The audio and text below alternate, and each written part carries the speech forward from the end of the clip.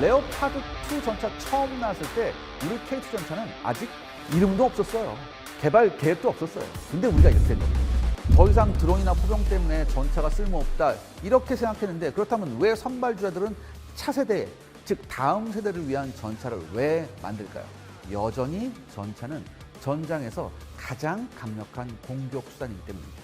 그렇기 때문에 이 글로벌 방산시장에서 차세대 전차의 경쟁이 굉장히 치열해질 겁니다.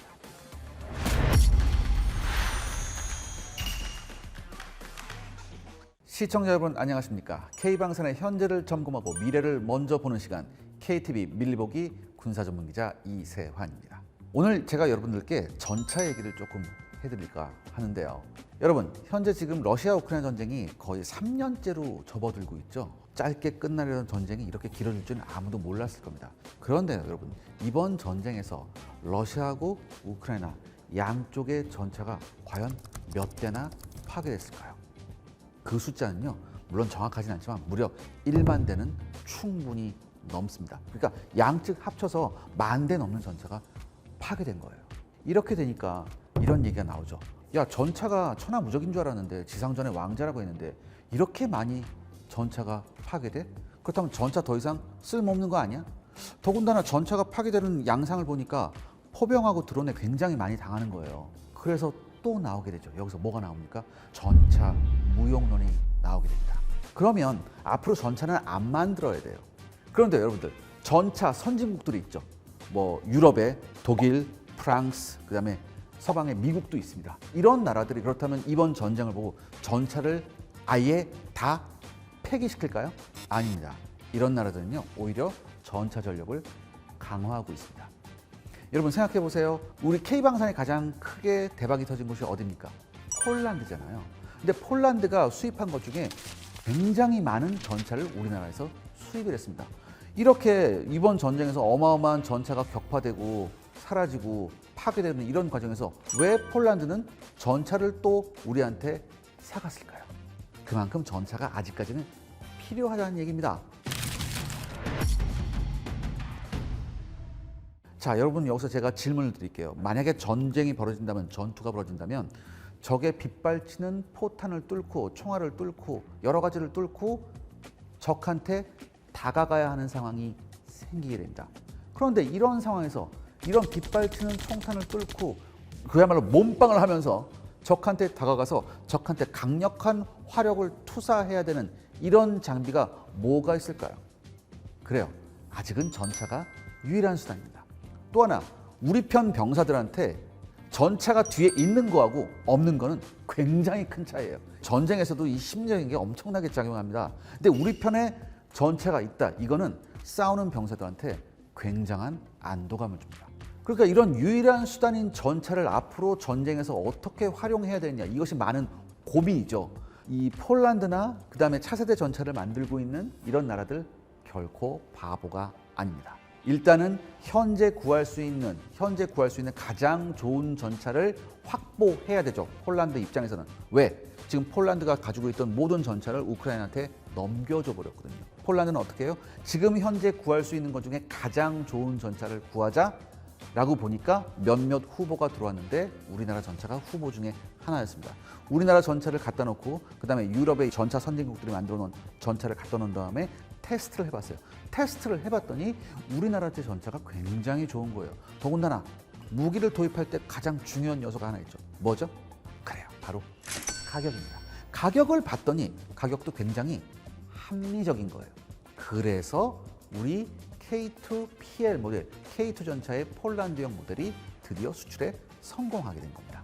자, 그렇다면 여러분들 여기서 한 가지만 더 생각해 봐야죠. 전차 선진국이 있잖아요. 우리보다 훨씬 선발주자들이 있잖아요. 독일, 프랑스, 그다음에 미국 같은 이런 나라. 이런 나라들도 현재 지금 좋은 전차가 많아요. 뭐 르켈레르나 레오파드 2나 M1 에이브람스 같은 게 있는데, 이런 전차 선발주자들이 지금 현재 있는 전차에 만족하지 않고 다음 세대를 위한 차세대 전차를 이미 만들고 있습니다. 그리고 실차량도 나왔어요. 그렇다면 여기서 여러분들 상충이 되잖아요. 전차 무용론을 주장하는 사람들하고. 더 이상 드론이나 포병 때문에 전차가 쓸모없다 이렇게 생각했는데, 그렇다면 왜 선발주자들은 다음 세대를 위한 전차를 왜 만들까요? 제가 아까도 말씀드렸죠. 여전히 전차는 전장에서 가장 강력한 공격 수단이기 때문입니다. 그런데 이 전차 선발 주자들도 생각을 하는 거예요. 자, 이번 러시아 우크라이나 전쟁 때문에 전쟁의 패러다임이 바뀌었어. 특히 드론이 굉장히 무서워. 그다음에 대전차 미사일도 굉장히 많이 날라오고. 이런 미래의 가혹한 환경에서 우린 어떤 전차를 만들어야 될까? 이런 고민을 하는 겁니다. 즉, 이 고민은 한마디로 전차가 계속해서 쓸모가 있다는 얘기죠. 그래서 나온 게 차세대 전차들입니다. 그렇다면 이제 우리가 글로벌 방산시장에 이제 메이저리그가 이제 한 발을 딱 들여놨는데 우리는 차세대 전차로 어떤 전차를 만들어야 할까? 이게 지금부터 우리의 고민이 시작된 겁니다. 방산시장에 딱 들어가고 보니까 벌써 모든 방산시장에서 뭘 원한다? 차세대 전차를 원하고 있는 거예요. 그렇기 때문에 우리도 지금 차세대 전차를 개발 중에 있습니다. 우리도 발빠르게 움직여야 될 거 아니에요. 자, 그렇다면 이런 차세대 전차, 이제까지 전차와는 다르게 어떤 새로운 것이 필요할까요? 첫 번째는 화력의 강화입니다. 이번 전장에서 보니까 전차포보다는 대전차 미사일이 훨씬 더 전차에 치명적이었어요. 그렇다면 전차에도 뭘 탑재해야 된다? 대전차 미사일을 탑재해야 합니다. 이미 러시아군은 그 주포에서 발사할 수 있는 대전차 미사일이 있었어요. 그러니까 러시아 전차가 우크라이나군 전차하고 싸울 때 러시아 전차는 포에서 발사하는 대전차 미사일로 굉장히 많은 전과를 올렸습니다. 하지만 이게 약간 구식이에요. 사격 통제 장치도 굉장히 구식이거든요. 그런데 우리 차세대 전차는 굉장히 신형의 대전차 미사일을 발사할 수 있는 그런 플랫폼이거든요. 그렇기 때문에 3km 이내에 있는 적 전차는 전차 주포로 잡지만 5km나 6km 밖에 있는 전차도 대전차 미사일로 잡을 수 있는 겁니다. 그러니까 굉장히 좋은 대전차 미사일을 탑재해야 되는데 다행스럽게도 우리는 이미 엄청나게 좋은 세계 탑 클래스 수준의 대전차 미사일을 보유하고 있어요. 또 하나 중요한 게 뭐냐면 제가 말씀드렸죠. 여러분 전차가 가장 요즘에 무서운 게 뭐가 됐다고 그랬죠? 드론이에요. 또한 대전차 미사일.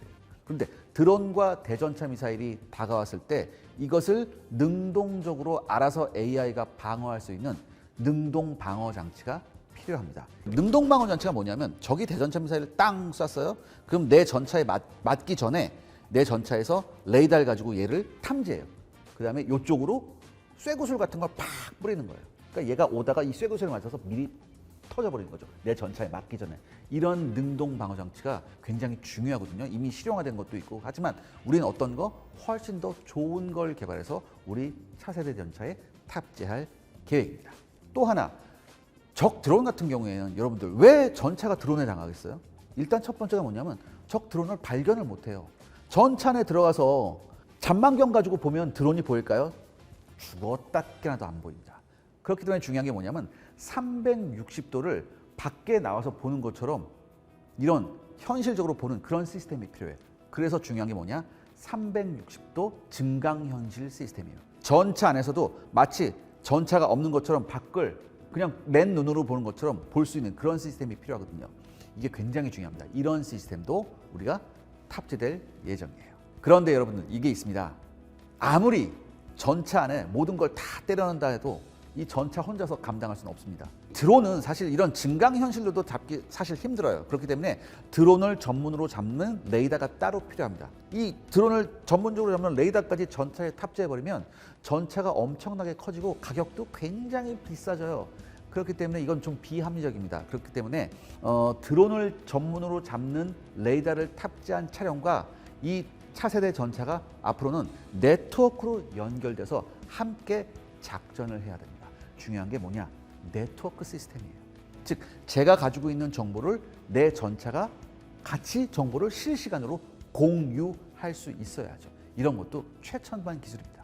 자, 그러니까 여러분 정리를 해보겠습니다. 앞으로 차세대 전차는 지금 전차와는 비교할 수 없는 막강한 화력, 두 번째, 어떠한 대전차 미사일이나 대전차 로켓이 날라와도 이것을 방어할 수 있는 능동 방어 장치, 또한 굉장히 멀리 있는 5km 밖에 있는 적도 공격할 수 있는 우수한 대전차 미사일을 탑재해야 합니다. 그리고 굉장히 이번 러시아 우크라이나 전쟁 때문에 중요한 것, 적 드론이 접근을 해도 드론을 탐지할 수 있는 레이더 시스템과 네트워크로 연결되어 있어서 그 드론을 충분히 무력화시킬 수 있는 능력, 이것도 차세대 전차가 필요한 거죠. 그다음에 차세대 전차에서 또 중요한 게 뭐냐면요. 승무원의 숫자가 줄어드는 거예요. 예전 지금까지만 해도 전차가 4명, 5명 타요. 근데 앞으로는 3명, 2명, 그리고 1명, 그리고 더 나아가서는 아무도 안 탈 수도 있어요. 그리고 우리가 출산율이 좀 굉장히 떨어져 있잖아요. 그렇기 때문에 이 병력 자원이 없거든요. 그래서 모든 나라가 우리나라뿐만 아니라 앞으로 글로벌 방산시장에 나오는 차세대 전차들은 뭐가 없다? 승무원의 숫자가 굉장히 줄어들어요. 이 승무원 숫자가 줄어든다는 건 뭡니까, 여러분들? AI가 필수적이라는 얘기예요. 그러니까 이런 AI 역량도 우리가 키워야 되고요. 또 하나 방어력이 굉장히 중요해요. 왜냐하면 대전차 미사일 한 발 맞았다고, 드론 한 발 맞았다고 완전히 전차가 무력화돼서는 안 되잖아요. 그런데 우리가 차세대 전차를 만들 때 우리만의 그 방어력을 증강하는 그런 여러 가지 소재가 있거든요. 우리가 이걸 적극적으로 적용할 예정입니다. 근데 이 수준이 어떤 수준이냐? 세계 최고 수준을 목표로 하고 있습니다. 우리가 소재 기술이 그동안 좀 안 좋았는데 소재 부분도 우리가 투자를 굉장히 많이 했기 때문에 이제는 소재 부분에서도 우리가 세계와 어깨를 나란히 하고 있습니다. 그렇기 때문에 저는 이 차세대 전차가 동급 최강의 방어력을 가질 수 있을 것이다. 전 그렇게 확신합니다. 제가 지금 말씀드린 이 모든 기능은요, 지금 우리 라이벌 국가들, 방산시장에서 우리가 경쟁해야 될 국가들은 이미 다 갖춰놓고 있어요. 우리가 여기서도 약간 후발주자이긴 한데, 근데 후발주자가 또 유리한 게 있습니다. 후발주자이기 때문에 훨씬 더 혁신적인 기술을 넣을 수 있는 것도 있거든요. 그래서 우리가 절대 글로벌 방산 시장에서 우리가 뒤처지지 않는, 오히려 어떤 부분은 앞서는 그런 차세대 전차를 지금 만들고 있는 중입니다. 우리 놀고 있지 않아요. 자, 이렇게 우수한 차세대 전차가 나온다면요, 저는 글로벌 방산 시장에서 우리가 충분히 경쟁력을 가질 수 있을 것이라고 보고 있습니다. 왜냐하면 역사적으로 봤을 때 전쟁이 끝나면 바로 뭐가 시작되느냐? 정치가 시작됩니다. 또한 뭐도 시작되죠? 군축이 시작됐어요. 왜냐하면 전쟁 때문에 돈을 너무 많이 썼기 때문에 군축이 시작되는데, 이번 러시아 우크라이나 전쟁은 완전히 다릅니다. 러시아가 우크라이나를 침공함으로 인해서 우크라이나 주변에 있는 국가들이 이제는 자기들도 러시아한테 침공을 당할지 모른다, 이런 불안감에 휩싸이기 시작합니다. 그렇기 때문에 이런 우크라이나 주변에 있는 국가뿐만 아니라 모든 나토 국가들이 뭘 했죠? 방위비를 증액했습니다. 그만큼 뭐예요? 방위비를 증액했다는 건 뭐죠? 군사력을 강화하겠다는 거예요. 그럼 나토만 군사력을 강화할까요? 아니에요. 이 전쟁을 본 모든 나라들이 영감을 받았습니다. 전차는 앞으로 어떻게 된다, 이런 영감을 받았거든요. 중동, 아시아 할 거 없이. 그렇기 때문에 이 글로벌 방산 시장에서 차세대 전차의 경쟁이 굉장히 치열해질 겁니다. 이렇게 치열한 이 글로벌 방산 시장에서 우리 전차가 우뚝 서야 돼요. 적어도 다른 전차들과 어깨를 나란히 해서 후보 중에 당당히 들어가야 됩니다. 그리고 우리의 장점도 있잖아요. 뭐? 합리적인 가격. 이것이 시너지 효과가 있다면 앞으로 글로벌 방산 시장에서 우리 차세대 전차 굉장히 각광받는 전차가 될 겁니다. 지금 한창 개발 중에 있거든요. 우리 국민 여러분들이 조금 더 성원해 주신다면 굉장히 좋은 물건이 나올 겁니다.